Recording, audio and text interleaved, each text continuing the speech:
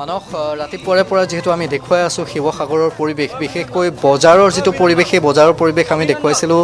বৰালি, চিতল, বাহু, ৰৌ এইসমূহ যিসমূহ মূলতঃ থলুৱা যিসমূহ মাছ, সেই থলুৱা মাছসমূহৰ যথেষ্ট ইয়াত চাহিদা বৃদ্ধি পাইছিল শিৱসাগৰত আজি দিনৰ ভাগত। আৰু দেখা পোৱা গৈছিল যে দিখৌ, দৰিকা, মিটং, জাজি এইসমূহ যিসমূহ উপনৈ, এই উপনৈসমূহৰ পৰাও যথেষ্ট মাছ বজাৰলৈ আহিছে। কিন্তু সমান্তৰালভাৱে নগাঁৱৰ পৰাও বহু মাছ ইয়ালৈ অহা দেখা পোৱা গৈছে, যিসমূহ কিন্তু এছাম ব্যৱসায়ীয়ে দিখৌৰ মাছ বুলিও নগাঁৱৰ মাছ বিক্ৰী কৰি থকা দেখা পোৱা গৈছে। সেয়া বাৰু যি নহওক, কিন্তু ভোগালীৰ যিটো উৎসাহ, সেই উৎসাহ কমি যোৱা নাই। আৰু মানস ভোগালী বিহুটোৰ সৈতে প্ৰতিগৰাকী অসমীয়াৰ স্বাভিমান জড়িত হৈ আছে, প্ৰতিগৰাকী অসমীয়াৰ লোকাচাৰ জড়িত হৈ আছে, পৰম্পৰা জড়িত হৈ আছে। আৰু সেই পৰম্পৰা ধৰি ৰাখি শিৱসাগৰৰ বানমুখৰ দিহিঙীয়া গাঁৱৰ ৰাইজেনো কি কৰিছে তাক চাবলৈ আমি ইয়াত উপস্থিত আছোঁ। প্ৰথমতে যিটো ভেলাঘৰ, সেই ভেলাঘৰটো ফটো সাংবাদিক শশাংকই দেখুৱাই ল'ব। যদিও বা অকণমান আধুনিকতাৰ পৰশ পৰিছে, তেওঁলোকে সজাবলৈ চেষ্টা কৰিছে, কিন্তু সেই খেৰৰ নৰাৰে যিটো ধানৰ নৰা, সেই ধানৰ নৰাৰে যিটো প্ৰকৃত ভেড়াঘৰ, সেই ভেড়াঘৰৰ তেওঁলোকে এটা ৰূপ দিয়াৰ ইয়াত চেষ্টা কৰিছে ৰাইজে। আমি ভোজৰ দৃশ্য দেখুৱাম, যিহেতু যথেষ্ট নীতি নিয়ম বা যথেষ্ট ৰীতি নীতি তেওঁলোকে অৱলম্বন কৰি ইয়াত ভোজ ভাতৰ এটা ব্যৱস্থা তেওঁলোকে কৰিছে।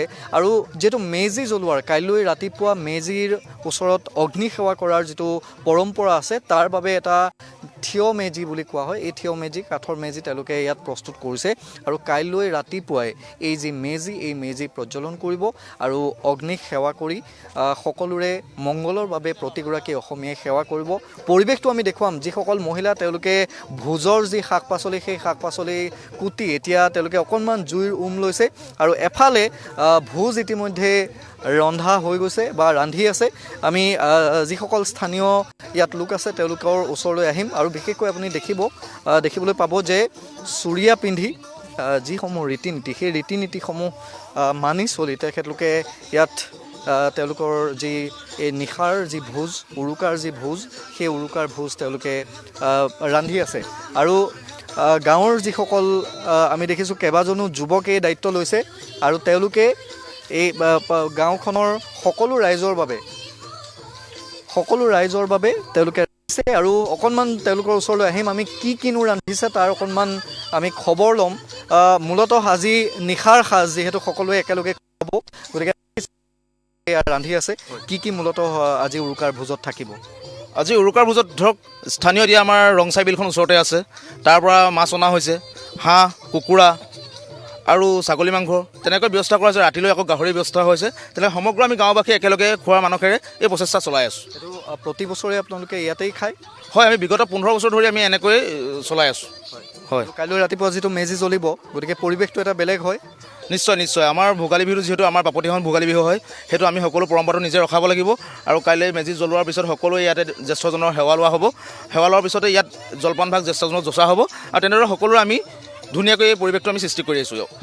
পৰম্পৰা, ৰীতি নীতি, লোকাচাৰ সকলোখিনি ইয়াত জড়িত হৈ আছে। অকণমান যদি আমি ৰান্ধনিৰ সৈতে কথা পাতিব পাৰোঁ, কি মূলতঃ ৰন্ধা হৈছে আৰু কি ৰান্ধিবলৈ এতিয়া আছে? হয়, বৰ্তমান আমাৰ ভাত দাইল হৈ গৈছে, আৰু এতিয়া মাছ বনাই থকা হৈছে, ব্ৰইলাৰ মাংস, আৰু সেইফালে হাঁহ মাংস বনাই থকা হৈছে।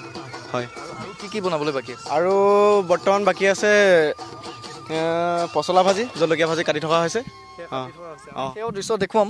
যিসকল মহিলা, সেইসকল মহিলা ইতিমধ্যে পচলাৰ বাবে তেওঁলোকে কল পচলা যিহেতু কুটি আছে, ইতিমধ্যে কৈছে জ্বলা ভাজি হ'ব। এয়া জ্বলা ভাজিৰ প্ৰস্তুতি নেকি? জ্বলা ভাজি প্ৰস্তুতি।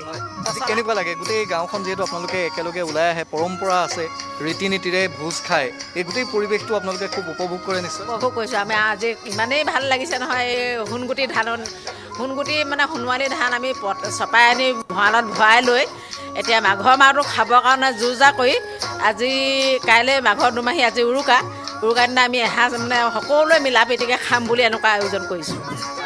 দেখিছোঁ এয়া ভাজি জ্বলা হ'বনে নে বেলেগ কিবা ভাজি হ'ব? হাঁহৰ গোটা ভাজিৰ লগত দিয়া হ'ব আলু। যথেষ্ট পৰম্পৰা এই বিহুটোৰ লগত জড়িত হৈ আছে। ভোগৰ সময়, সকলোৱে ভোগ কৰিবলৈ ওলাই আহিছে। গতিকে আজি নিশাৰ যিসমূহ আপোনালোকে সকলোৱে যিটো গোট খাব, কি মূলতঃ হ'ব? অকণমান চাগে ফূৰ্তি ফাৰ্তা হ'ব? হয়, খাই বৈ সকলোৱে অলপ নাচি বাগি ফূৰ্তি কৰা হ'ব। আৰু এটা পৰিৱেশ আমি দেখি আছোঁ। কিন্তু মই এটা কথা আপোনাৰ পৰা জানিবলৈ বিচাৰিছোঁ, অলপমান আমি আলোচনাও কৰিছিলোঁ বিষয়টো।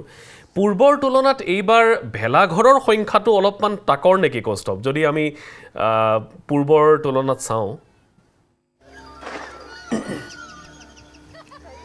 মানস খুব আচলতে এটা দুখ লগা কথা যদিও আপুনি প্ৰসংগটো ইতিমধ্যে উল্লেখ কৰিছেই মই সেই প্ৰসংগটোত এইবাবেই মই কিছু সময়ৰ পিছত হয়তো এই গোটেই বিষয়টো উল্লেখ কৰিলোহেঁতেন খুব কিন্তু দৃষ্টিকটুভাৱে গাঁৱে ভূঞে ভেলাঘৰ নাইকিয়া হৈছে কোনোবাই যদি ব্যক্তিগতভাৱে কাৰোবাৰ চোতালতেই খাবলৈ লৈছে বা 2-3 ঘৰ মিলি চোতালতেই খাবলৈ লৈছে বা দিনৰ ভাগত আমি দেখিছোঁ সততে নামঘৰ বা নাট্য মন্দিৰ এনেধৰণৰ যিসমূহ ৰাজহুৱা অনুষ্ঠান সেই ৰাজহুৱা অনুষ্ঠানসমূহত ঠিকেই তেওঁলোকে ভোজ ভাত খাইছে কিন্তু এই যিটো ভেলাঘৰৰ পৰিৱেশ এই ভেলাঘৰৰ পৰিৱেশটো ক্ৰমাৎ নোহোৱা হৈছে ভেলাঘৰ কিন্তু যথেষ্ট কমিছে কিয় হৈছে আমাৰ যুৱ প্ৰজন্মই ক'ৰবাত ভেলাঘৰটো সাজিবলৈ এলাহ কৰিছে নে ভেলাঘৰ সাজিবলৈ পাহৰি গৈছে কিয় হৈছে পোনপ্ৰথমে ND24 সমূহ কৰ্মকৰ্তালৈ ভোগালী বিহু আন্তৰিক শুভেচ্ছা জ্ঞাপন কৰিছোঁ যিহেতু যান্ত্ৰিকতা আৰু আধুনিকতাৰ ধামখুমীয়াৰ মাজত আমাৰ গাঁৱৰ যিসমূহ আচলতে লোকাচাৰ সেইসমূহ হেৰাই গৈছে আজি ভেলাঘৰটো সাজিবলৈ দুজনমান ল'ৰা ওলাই অভাৱ হৈছে কোনোবা যদি দূৰণিত চাকৰি কৰিবলৈ গৈছে কোনোবা নহয় বেলেগ এখন মঞ্চত গৈছে গতিকে গাঁৱৰ সেই পৰিৱেশটো আগৰ দিনৰ পৰিৱেশটো বৰ্তমান হেৰাই গৈছে এতিয়া আচলতে ল'ৰাখিনিয়ে ধৰি ৰখা প্ৰয়াস কৰিছে লোকাচাৰসমূহ যি আমি দেখিছোঁ আৰু সেয়া প্ৰয়োজন যিসমূহ লোকাচাৰ যিসমূহ পৰম্পৰা মই অকণমান আপোনাৰ ওচৰলৈ আহিছোঁ এই যিসমূহ পৰম্পৰা আছে সেই পৰম্পৰাসমূহ ধৰি ৰখাটো যথেষ্ট প্ৰয়োজন আৰু মানস এই গোটেই প্ৰক্ৰিয়াটো কিছু আধুনিকীকৰণ হ'ল যথেষ্ট সময়ত আমি দেখিছোঁ যে বিভিন্ন সময়ত যিটো ভেলাঘৰৰ আধুনিকীকৰণ বিভিন্ন আৰ্হিত ভেলাঘৰ প্ৰস্তুত কৰিবলৈ আৰম্ভ কৰিলে তাৰ বাবে বহু ক্ষেত্ৰত আচলতে সংবাদ মাধ্যমকো জগৰীয়া কৰা হয় কিন্তু ভিতৰৰ যিটো পৰিৱেশ সেই পৰিৱেশটো দেখুৱাইছোঁ মেজি ৰখাৰ এটা পৰম্পৰা আছে মানস ইয়াত তেওঁলোকে খুব সুন্দৰকৈ এক প্ৰকাৰ চাংঘৰৰ দৰে ইয়াত ভেলাঘৰৰ ভিতৰতে তেওঁলোকে নিশা ইয়াত কটাব পৰাকৈ সংগীতৰো ব্যৱস্থা কৰিছে আৰু তেওঁলোকে ইয়াত নিশা কটাব আৰু এই যিসমূহ খেৰ দেখিছে এই খেৰত নিশা শুই এই ভেলাঘৰ ৰখা বা এই মেজি ৰখাৰ যিটো আমেজ সেই আমেজ কেতিয়াও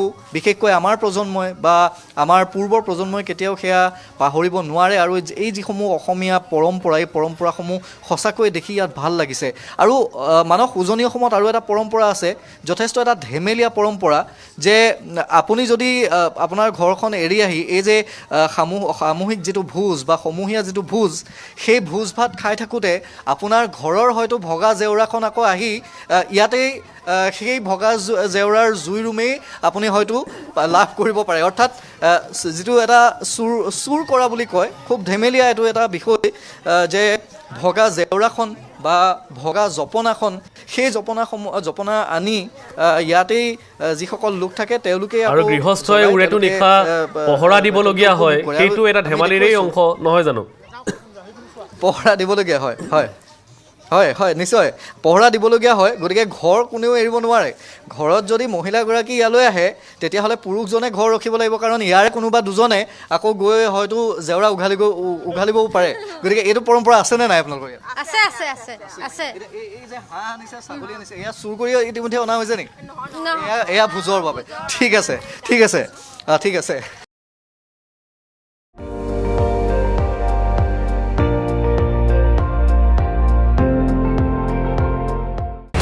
আপুনি চাই আছে ND24 সৰ্বশ্ৰেষ্ঠ নহয় সৰ্বোত্তমৰ দৌৰত